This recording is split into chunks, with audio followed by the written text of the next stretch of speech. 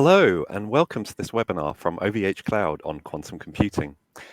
I'm Christian Sharp from OVH Cloud, and in this webinar, we're going to be looking at what quantum computing is, how organizations are getting ready for quantum today, what the challenges are, and where quantum will really make a difference. I'm happy to be joined by a fantastic panel, and would like to welcome to the screen Fanny Bouton, OVH Cloud's quantum lead, advisor to NATO, and host and co-producer of podcast Decode Quantum. I'd also like to welcome David Terra, CEO of the Cloud Industry Forum, Director at Bloor Research and Digital Transformation Advisor. And because we're in a quantum webinar, I'd simultaneously like to welcome Dr. Georg Schusterich, Senior Quantum Scientist at biotech firm Quano, which is working to refine drug discovery using AI and quantum. Morning, guys. Hi. Now, we do have some time for questions at the end, so please pop them into the chat as we go, and we'll put them to our panelists once we're done. We're going to skip the traditional introductions and let our panelists' expertise speak for itself. I'm going to start with you, Fanny. Fanny, in small words, what is quantum computing? What is quantum computing? This is a new way to compute, but very, very faster in one sentence. Now, seriously, it's a big change of the industry of computing. This is the next revolution, but actually, we just are at the beginning of a big promises to resolve a very complex calculation in a real short and viable time. But why it's important to talk about that today? It's because we need to start now different part of the quantum computing, even and also the development of software and algorithms. There is the hardware, there is the software, and there is the algorithms, because we change of type of mathematics. It's actually working on quantum physics, and it's a big change because actually we do computers with on silicium, and we're using 0 and 1, the byte, to all the calculations that we do. On this, on using these small particles who have a quantum physics compartment, we can do 0 and 1 at the same time, and there is a different part of the quantum physics that we're using to do the new type of calculation. What is complicated, it's really hard to scale, and it's why we imagine that we have big quantum computers with full potential, maybe in 10 years, maybe in 13 years. We are not sure. It's we need to arrive to pilot and to drive these small particles, and also because actually we don't know what is the silicium. Actually, your cell phone, your smartphone, your computers, the supercalculators, the HPC, run on silicium transistor, and we actually develop quantum computers on around 10 different materials. It can be atoms or photons or other type, carbon. And we need to find what is the best to industrialize and to scale with the good results. And this is one of the first part of this journey.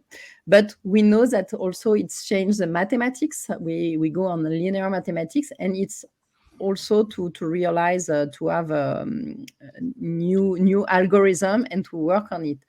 And this is the first part of quantum computing. Excellent. Thank you, Fanny. I mean, are we going to see a wide-scale replacement of classical computing with quantum computing in the future, do you think? Yeah, it's a good question. No, it's not replace totally the classical computing. You can do video, you can do video games, you can do a lot of things with a quantum computer. It's more like a big GPU about certain types of calculation about simulation and optimization, and maybe accelerate the machine learning, but we are not sure totally about that. There is a lot of proof of concept around that. For an example, it's more to simulate new materials or to optimize trajectory. And it's important to understand that it's not replacing classical computing, but accelerate or offer a new way of calculation in Fantastic. Thank shorter you. time. That to me is one of the most interesting perspectives, I think, because so often new technologies are seen as the silver bullet to be the new wave of innovation and replace everything. So I think that's really why we're here, to understand the applications for quantum and just go that little bit deeper. So let's turn to applied quantum now. Georg, could you tell us a little bit more about what your organization is doing and how you're planning for quantum today? Sure. So first, as a quick intro to Quano itself, we are a company, a drug discovery company that really tries to combine AI and quantum for design of new small molecule drugs. So quantum is really at the core of our company. For the people that are coming from the sort of drug discovery side, can say 2 or 3 words of what exactly we're doing. So we're really looking at enzyme inhibitors, where where our platform is really taking advantage a lot of transition state structures. For the people who don't come from this community, that probably didn't make sense at all. But all you need to understand is that we're really looking at chemistry, chemical reactions, particularly in the context of catalysis. And in the context of quantum and how we're planning for it, we're really, well, not just we, but a lot of companies are already using what I would call traditional quantum methods, such as density functional theory, wave function based, post-Hartree-Fock methods. And these are all methods that are run on classical compute, such as cloud infrastructure or HPC supercomputers. And we're doing a lot of work on that, but we're also doing work on what I maybe I can call it next generation quantum algorithms, which are not meant to be run eventually on classical compute, but that are meant to run on quantum hardware. Now, to really get there, we're doing sort of a parallel two-pronged approach in our work. On the one hand, we are working on the quantum methods, traditional quantum methods that are running on classical compute. But while doing that, we really keep in mind that we're tuning this already for the arrival of more quantum hardware. And by that, I really mean we work a lot on things like automation, so that we can eventually get high throughput methods done. And we're choosing particular chemistry methods, quantum chemistry methods, that are already in line with quantum compute methods. For instance, one thing that we're concentrating on is quantum chemistry methods based on tensor network approaches, because these are things that some of you may know, they map ideally towards quantum circuits. So the interface between them is very close. Excellent. So effectively what you're saying is that we know enough about quantum computing and how it works to slowly start to map our existing approaches to what's going to make for an easier migration and transition to quantum computing, if I'm understanding that rightly.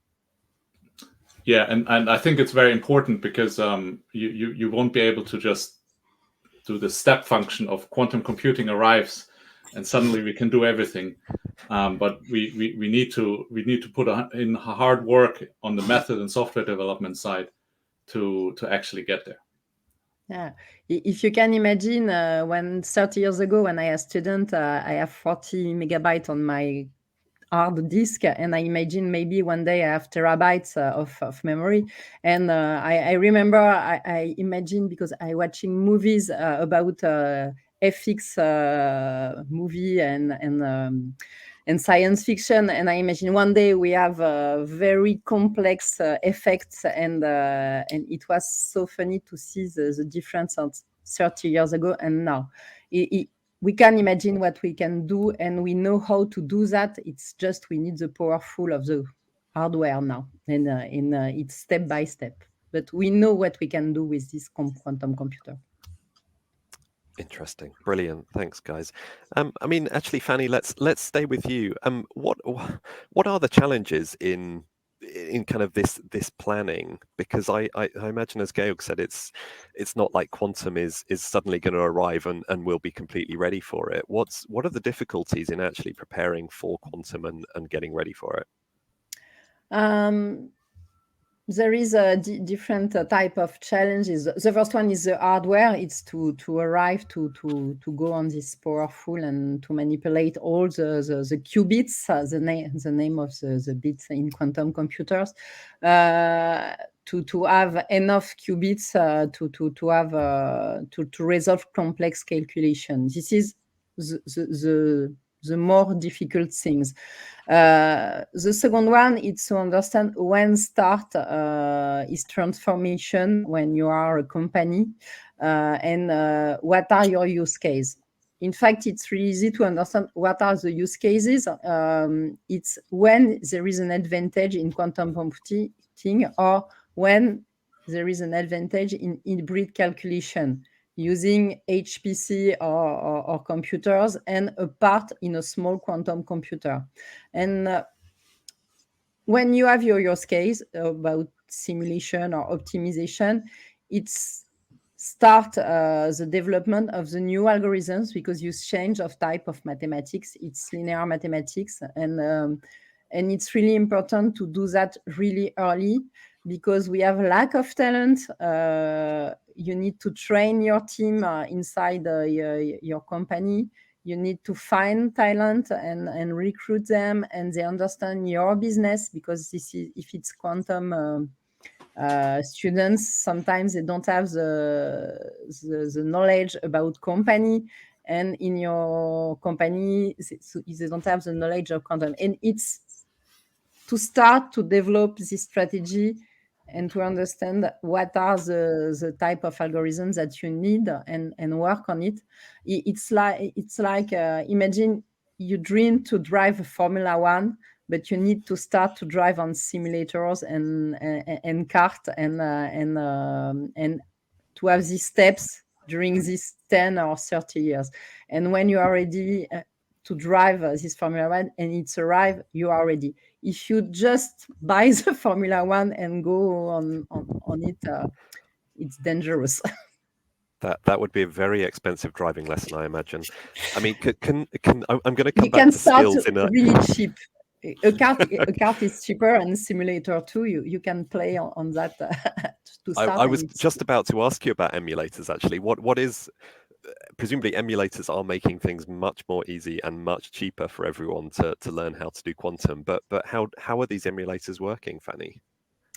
Emulators is software who reproduce the comportment of quantum computer.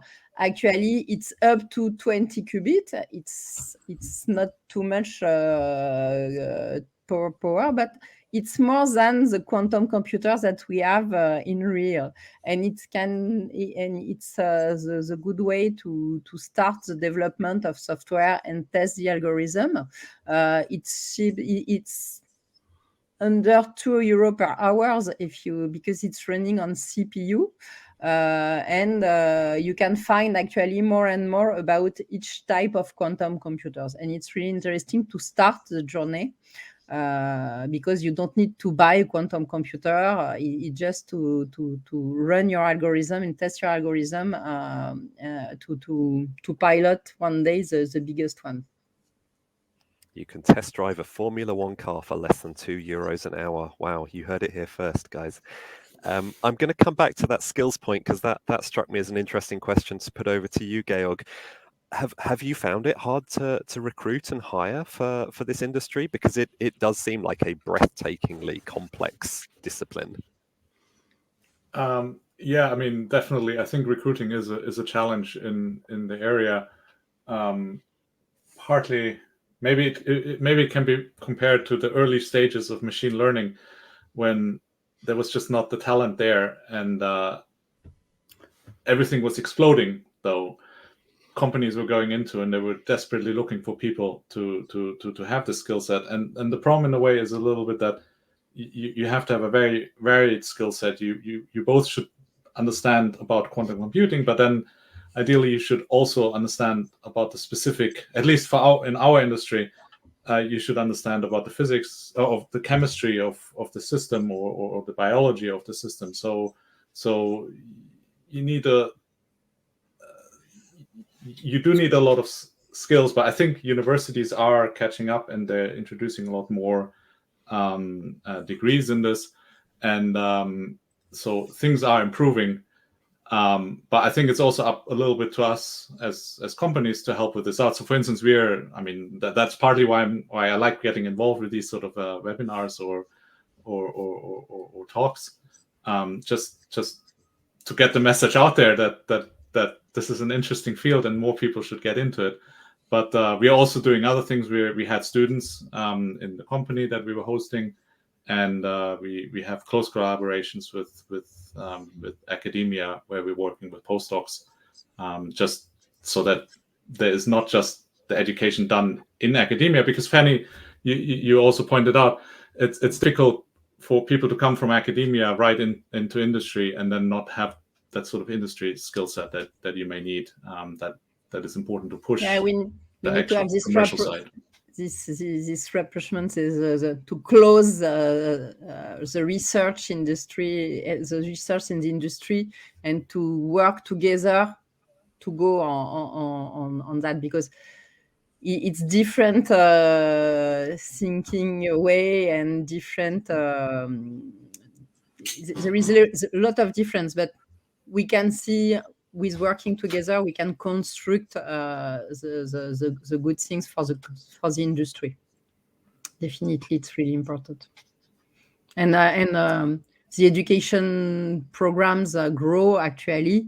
For example, to OVH Cloud, we offer freely the access to the student to the emulators to accelerate this part, because we need more talent. Definitely, it's growing and growing year by year.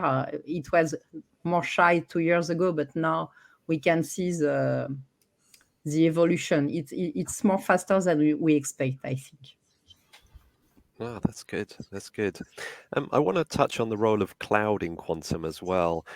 David, coming over to you. So we've kind of talked about the role of cloud and cloud emulators, but how do you see cloud supporting the quantum in general and the quantum industry? Can I first say that actually preparing for this session reminded me how long ago my physics degree was. Yeah. For me, cloud is crucially important for quantum computing for the kind of core reasons of cloud, but amplified. So it's accessibility. Obviously, quantum computers are highly specialized. Fanny was talking about the different types of ways we might create them.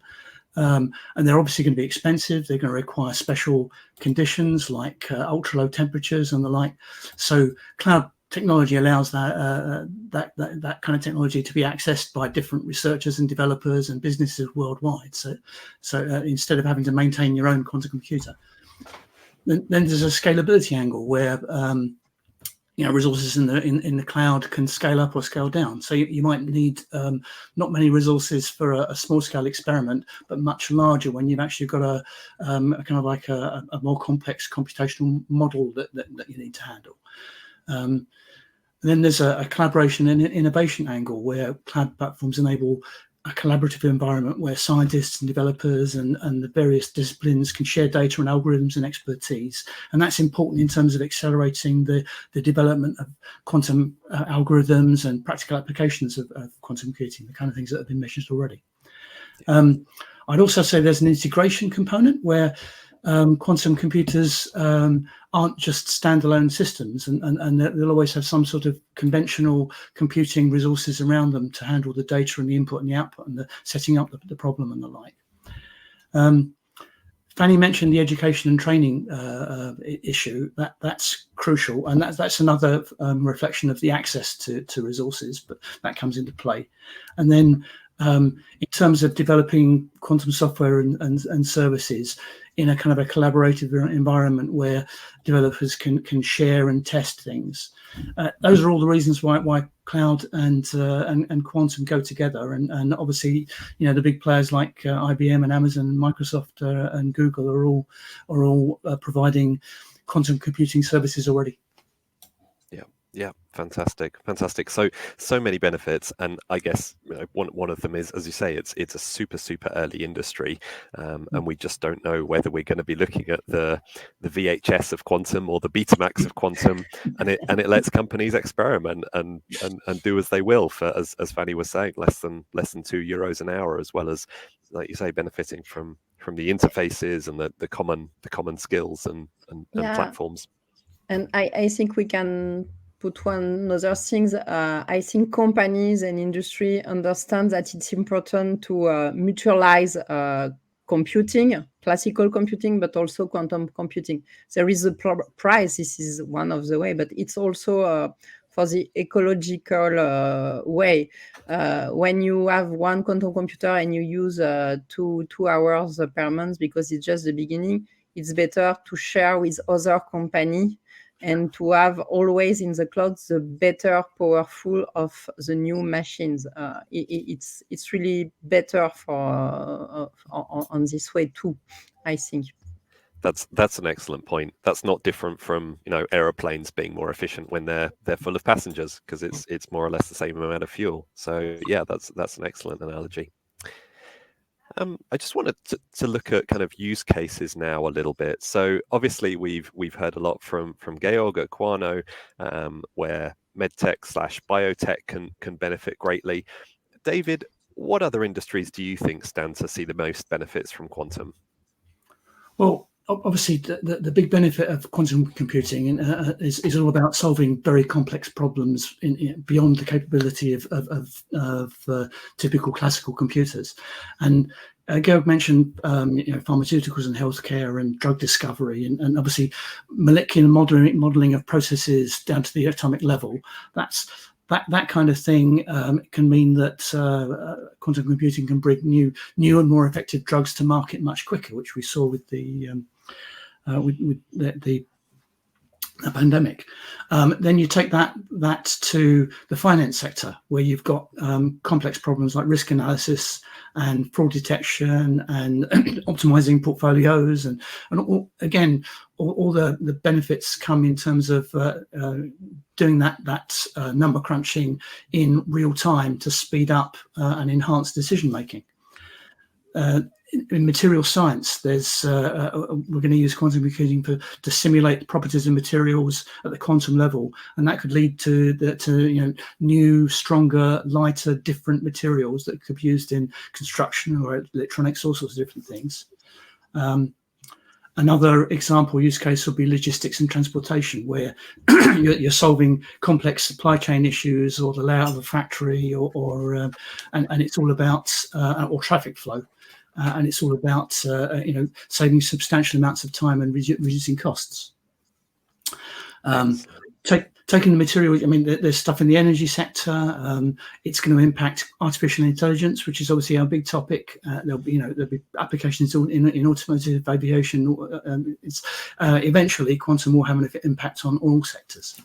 Yeah, retail also, or cosmetics, for example.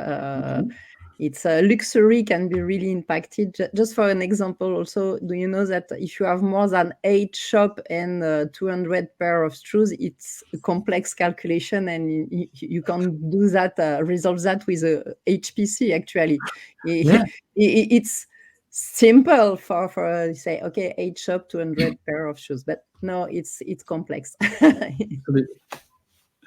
Who knew? Who knew? All right. Well, from shoes to politics, guys, we've seen kind of discussions about sovereignty and kind of technology ecosystems for some time. Fanny, is it important that we have a European quantum ecosystem? It's not important. We have an important quantum ecosystem, actually. Okay, we brilliant. are really lucky because at the beginning, I talk about the number of type of qubits and materials that we use. Only in France, we have 6 startup issued from the research lab and 6 different type of qubits actually developed. But in Europe, we have the quasi totality of this type of different qubit. It's one of the points we are not. We are in the train, and we are at the head of the train of quantum computing about our research lab and startups, and it's really important.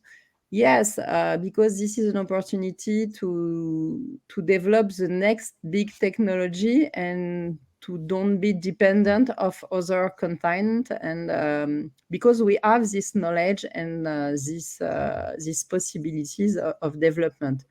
Where we need to be really careful is how to finance that, because we have less money in investment than other other region of the world. And if the industry don't support an investment and don't go and are shy about to going in quantum computing, we definitely consume Americans or Chinese technology maybe one day again. And it can be a mess because we are at the beginning really, really good. And how continue to be at the head of this development. Excellent. David, any views on that subject? I think that kind of the last thing that Fanny said. I mean, I think we're going to make sure that it isn't just Silicon Valley and Shenzhen that are developing all of this. And it's great that the EU has its quantum flagship initiative and the Euro QCI initiative. The UK government's actually got a national quantum strategy and quantum technologies program and putting together quantum hubs. And I think it's really important that we have a European ecosystem so that we challenge America and China. Great stuff. And Georg, what's it like when the rubber hits the road? Is this stuff important to you guys from a really pragmatic point of view? You mean whether or not we run in Europe or in the US? Well, I mean, there's several sides to this. Obviously, as a European living in Europe, working in Europe, but have a selfish interest that it should continue in Europe, so that I can continue working here, I guess. From a company perspective, wherever it's cheaper is often, I guess, where what matters. But maybe not completely, because I guess as a company you do have a certain. Well, you should have a certain long-term interest in mind as well, where if you know that some country could suddenly cut off the access to the hardware for you, and your business model is based on that hardware, then you have a problem if it gets cut off. So yeah, I mean, I very much say it's important that Europe develops its own capabilities, or not just develops. I mean, as Fanny said, that we further develop them, that we continue, and that the money continues flowing into it. Totally. Yeah, it's don't lose this talent. Don't lose this talent, because we are already in the game, and we are in a really good place. But it's how to finance that and to don't waiting it's working, because when it's working, it's the persons or the company who have the knowledge. You pay really expensive, and you are dependent of these companies. And it's better to be at the beginning, understand and do your transformation, and be ready and we are in so good place. We can really be proud to be European actually in this in quantum field. I think we need to support this ecosystem definitely. Yeah, 100%. I think there's also a point to be made around the kind of the familiarity of the norms and values, and I think that's probably true for any technology environment, that if you're developing a technology in the country or in the region where you're resident, then you know how data handling will work. For example, you know what the traditional ways of managing data, working with data, securing data are going to be. And if you're solving very complicated or sensitive issues, then you kind of want to know where that's going to be hosted and how that is broadly going to be handled. I think we've seen a lot of discussions about that sort of pre-quantum. So I think that's definitely worth considering. I'm going to turn to our last question for all the panelists now. If there are any further questions, we've had a couple come through in the chat. Please do put them in now. Get your burning questions in. So final question, what advice would you guys have for any organizations considering quantum today? If you're planning that on-ramp, if you think quantum might be applicable to your sector, your industry, your problem, if you're thinking about starting a startup, what advice would you guys have? Georg, let's start with you. What advice? There's I guess there's a lot of advice, to be honest. So do your scoping out thoroughly. Do your planning very thoroughly before you just jump into it. Don't just jump into it because everyone is jumping into it. I would say talk to as many people as possible, not just reading some publications or news, and that will help you to disentangle the hype from the reality. And what helped us a lot, I guess, is that I didn't go into too much detail what exact work we're doing, but a lot of the work that we are doing is in collaboration with universities. We have a collaboration with University College London and also with the National Quantum Center, National Quantum Computing Center, which is the main quantum computing center in the UK. And through these sort of interactions, things become much clearer what is possible, what we can do, and it basically helps everyone. Along these lines, though, I would also say once you have planned it out and once you are doing something, you have to stick with it. You have to commit to it. You need to know from the beginning that that this is a long-term sort of thing, and that you shouldn't just second guess yourself once you go in it and say, well, okay, maybe the profit isn't immediately within the next month. Yeah, that's my advice, I guess. Well, that's a really interesting point, actually, Georg, because when we've spoken before, you have kind of talked about the separation of R&D into quantum and the P&L, as it were. Is that valid? Would you sort of encourage companies not to necessarily treat quantum as something that's going to pay off in the next year, 18 months, but is absolutely worth investing in the long term? Well, it depends what your business model is, right? I mean, if you're into just writing quantum algorithms as a consultancy or something, or this sort of line, then the answer may be very different to if you're after chemistry calculation, materials science sort of calculations. Then you have to take a very long-term view, and I guess our long-term view is that we're trying to establish ourselves or not establish ourselves, but we're trying to be one of the people that established the field, basically, and be there at the forefront. Yeah, absolutely. And as you say, there are resources out there for organizations to check in with, to learn from, to consult. So it's not like we're treading entirely new ground. The ground has started to be trod, but we are making progress fast. Good. David, any hints and tips from you, or any sectors that you think should really kind of sit up and actually, if you're not in quantum, start thinking about it? Interesting. I mean, I think we mentioned some of the things like the pharmaceuticals industry and that kind of thing, but I'd actually say that kind of in answer to the question of how you should be thinking about it and what are a couple of suggestions. When you think about artificial intelligence and machine learning, that's a topic that was around for a while. I mean, in 1950 to recently, and then something came along. OpenAI put a chatbot in as the interface, and suddenly the topic is democratized. We can all play with it. We can all try it, and suddenly there's been an explosion of useful AI co-pilots and agents and all sorts of new functionality. Quantum computing has that potential, and we've said how it could be applicable to pretty much most industries that they're involved with. So I'd urge you to get educated about it and to actually look for something that you can pilot and see what it can do. So be ahead of the curve this time and start thinking and planning about it now. Yep, fantastic. And it might not be quite as cheap as kind of standard cloud access, but as Fanny said, at €2 an hour, that's pretty affordable for small use cases. Absolutely. And Fanny, finally turning to you, any advice for organizations considering getting into quantum?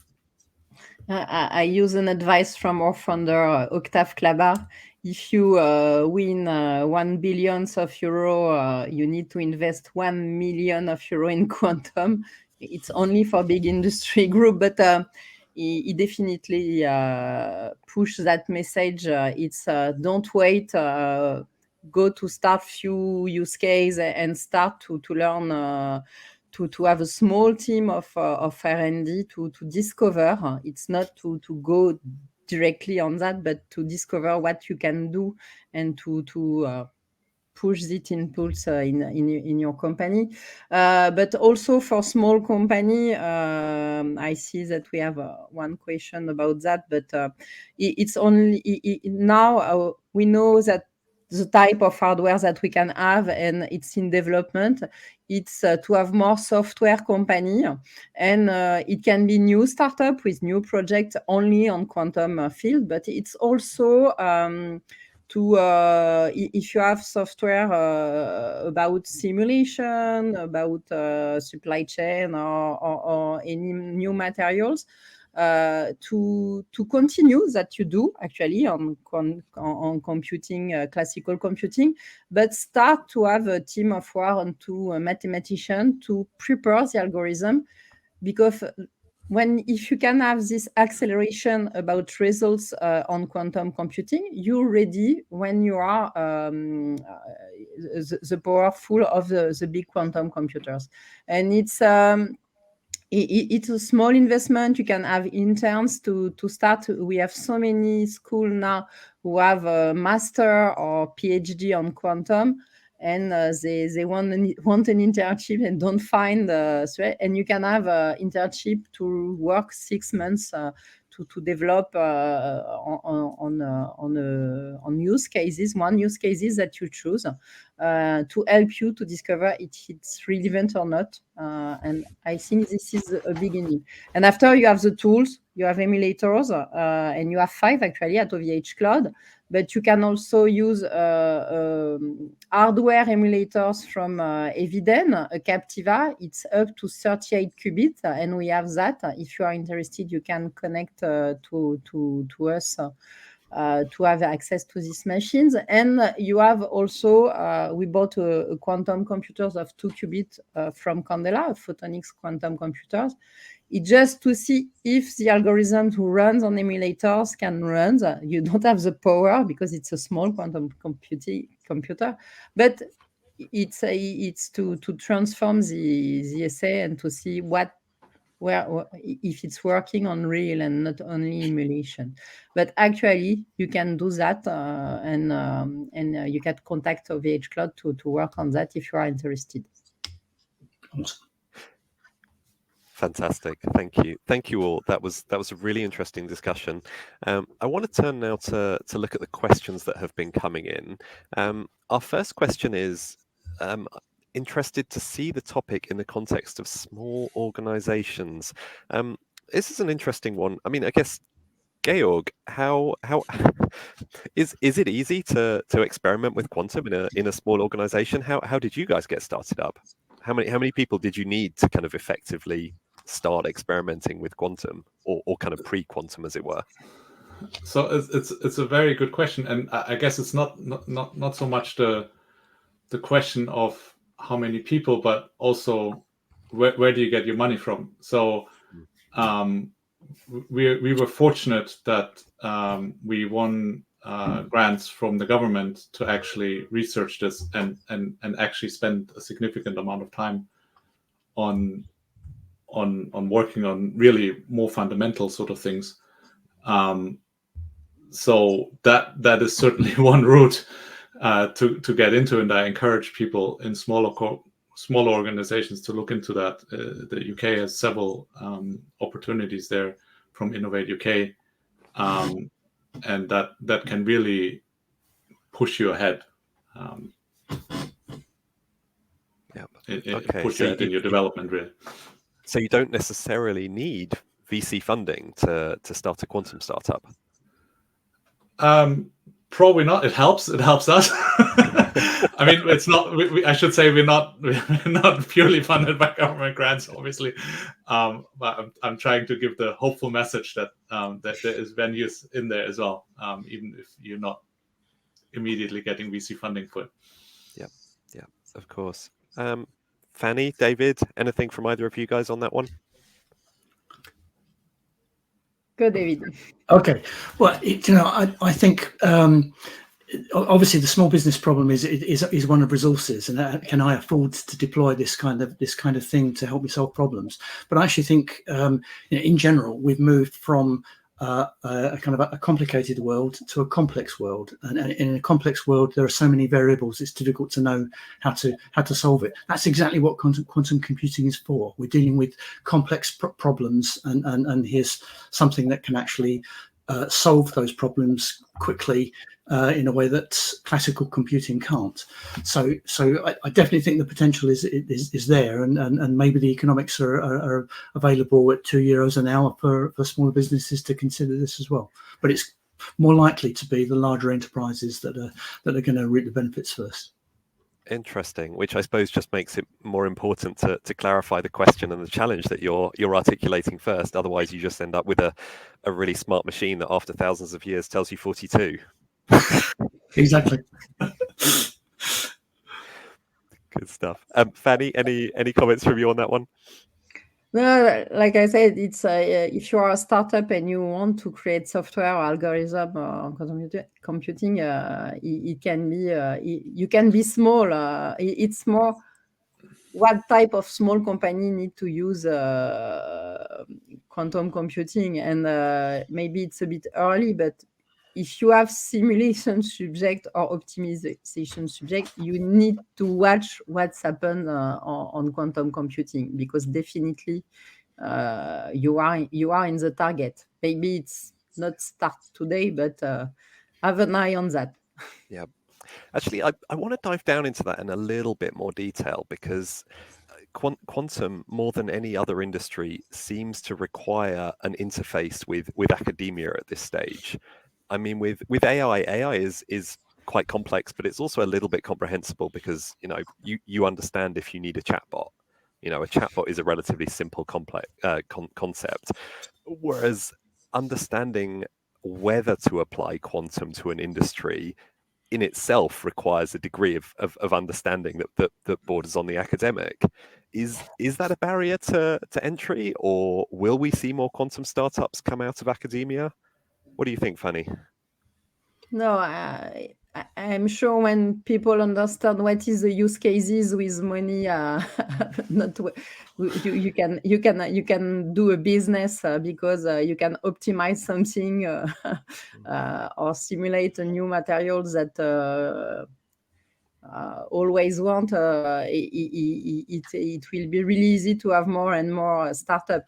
It's difficult to understand, and we don't have the power of the machines, but I think we can see day by day new people arrive and understand what's happened, and they not come from quantum market, but they understand what can be happen, and they create startup. And it's just the beginning of this part, actually. I think in 2 years we can see hundreds of startups around quantum effect. Okay. What we need are more organizations kind of leading the charge and showing the power of what it can do. Yeah. Yeah, we need just to have one or two use cases with advantage. This is what everyone waiting. It's actually we don't have advantage on classical computers. It's okay, you have quantum computers, but they are not faster than the classical. We can see.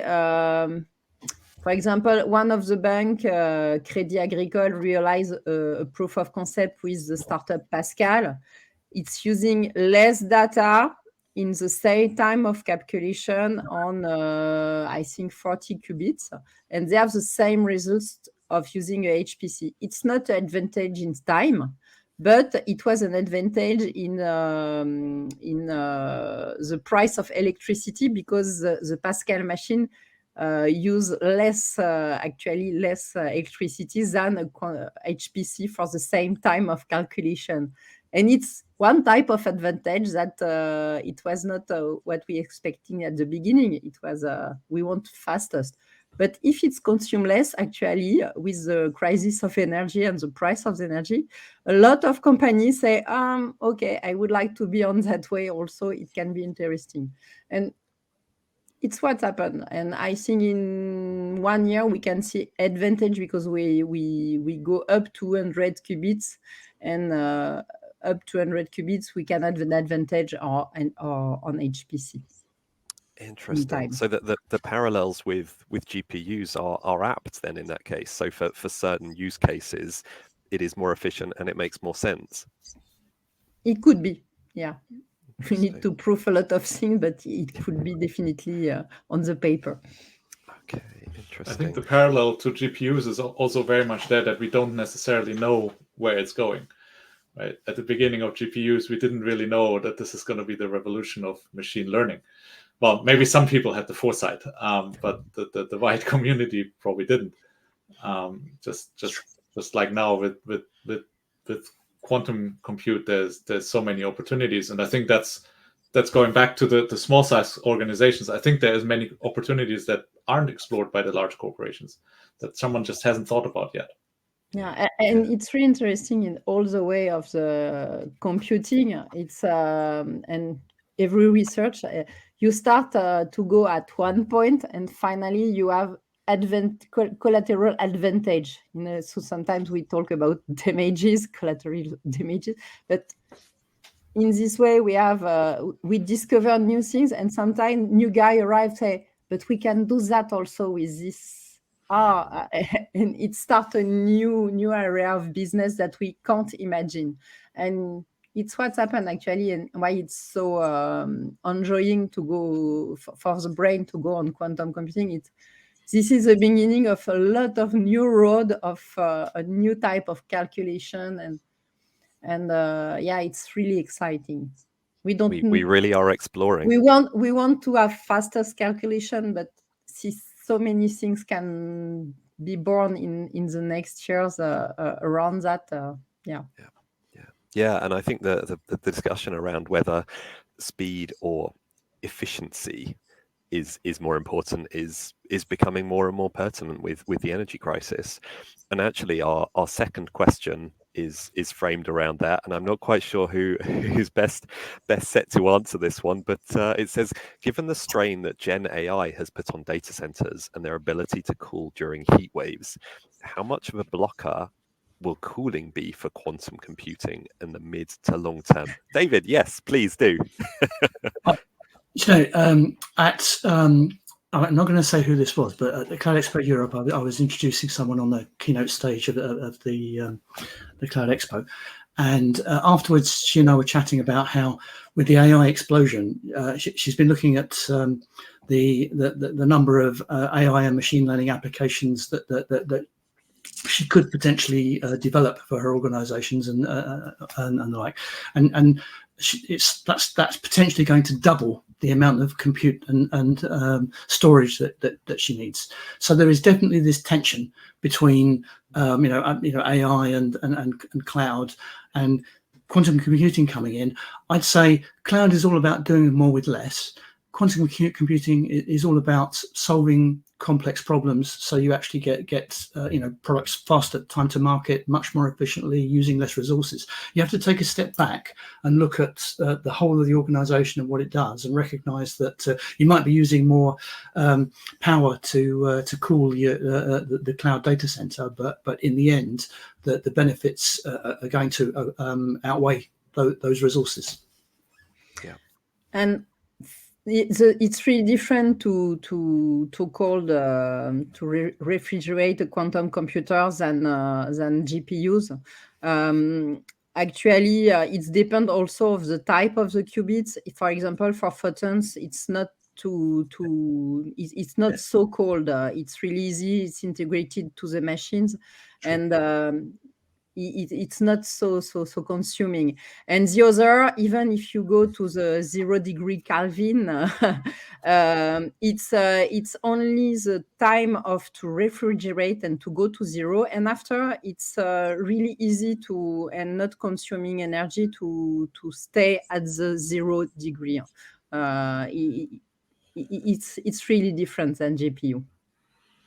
Interesting. Okay, so cooling is not necessarily an issue, and energy consumption not so. I mean, Fanny, is quantum energy efficient? Is it energy consumptive? Is it on a parallel with AI in terms of overall? It's different. The risk of consuming a lot of energy, it's more because we have noise on calculation, and we need to have a calculation to reduce this noise. And this is where we can have a lot of consuming energy, and it's why we need to find a solution to pilot qubits with the less noise possible, that we don't have this calculation to reduce that. This is one of the biggest challenge on energy, but it's really different than the classical computing. Okay, interesting. Okay, so a lot to learn. Yeah. Good. Okay. All right. I think that's probably just about all we've got time for. So a huge thank you to our panelists. Thank you, Fanny. Thank you, Georg. Thank you, David. Many thanks to everyone who tuned in for the live broadcast. Thank you to everyone who's watching this on demand. Thank you very much for your time, and please stay tuned for our next webinar.